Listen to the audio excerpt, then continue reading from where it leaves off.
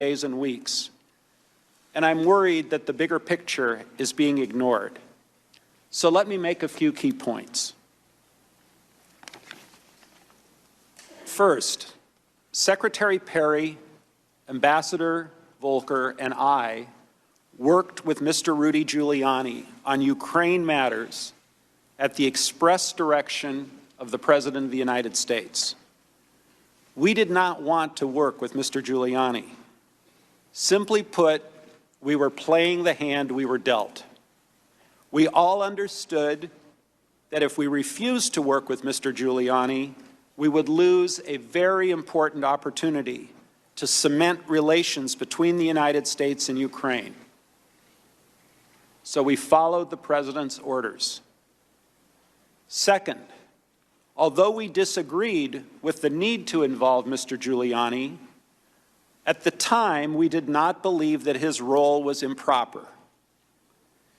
As I previously testified, if I had known of all of Mr. Giuliani's dealings or his associations with individuals, some of whom are now under criminal indictment, I personally would not have acquiesced to his participation.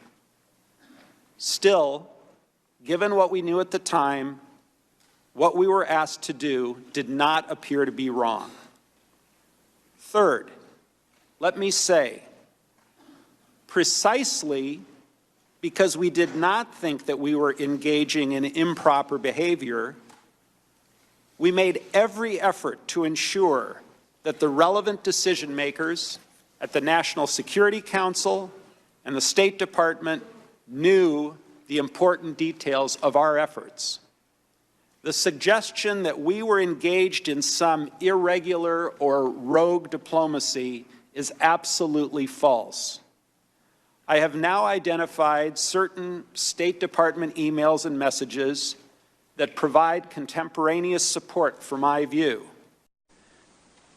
These emails show that the leadership of the State Department, the National Security Council, and the White House were all informed about the Ukraine efforts from May 23, 2019 until the security aid was released on September 11, 2019.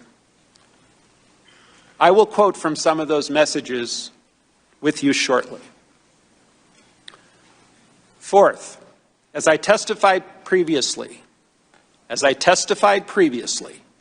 Mr. Giuliani's requests were a quid pro quo for arranging a White House visit for President Zelensky. Mr. Giuliani demanded that Ukraine make a public statement announcing the investigations of the 2016 election, DNC server, and Burisma. Mr. Giuliani was expressing the desires of the President of the United States, and we knew these investigations were important to the President.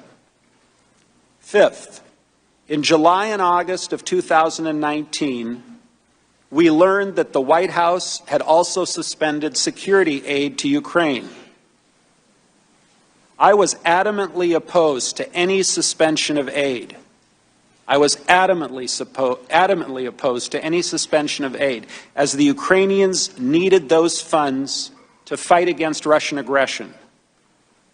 I tried diligently to ask why the aid was suspended, but I never received a clear answer. Still haven't to this day. In the absence of any credible explanation for the suspension of aid, I later came to believe that the resumption of security aid would not occur until there was a public statement from Ukraine committing to the investigations of the 2016 elections and Burisma, as Mr. Giuliani had demanded.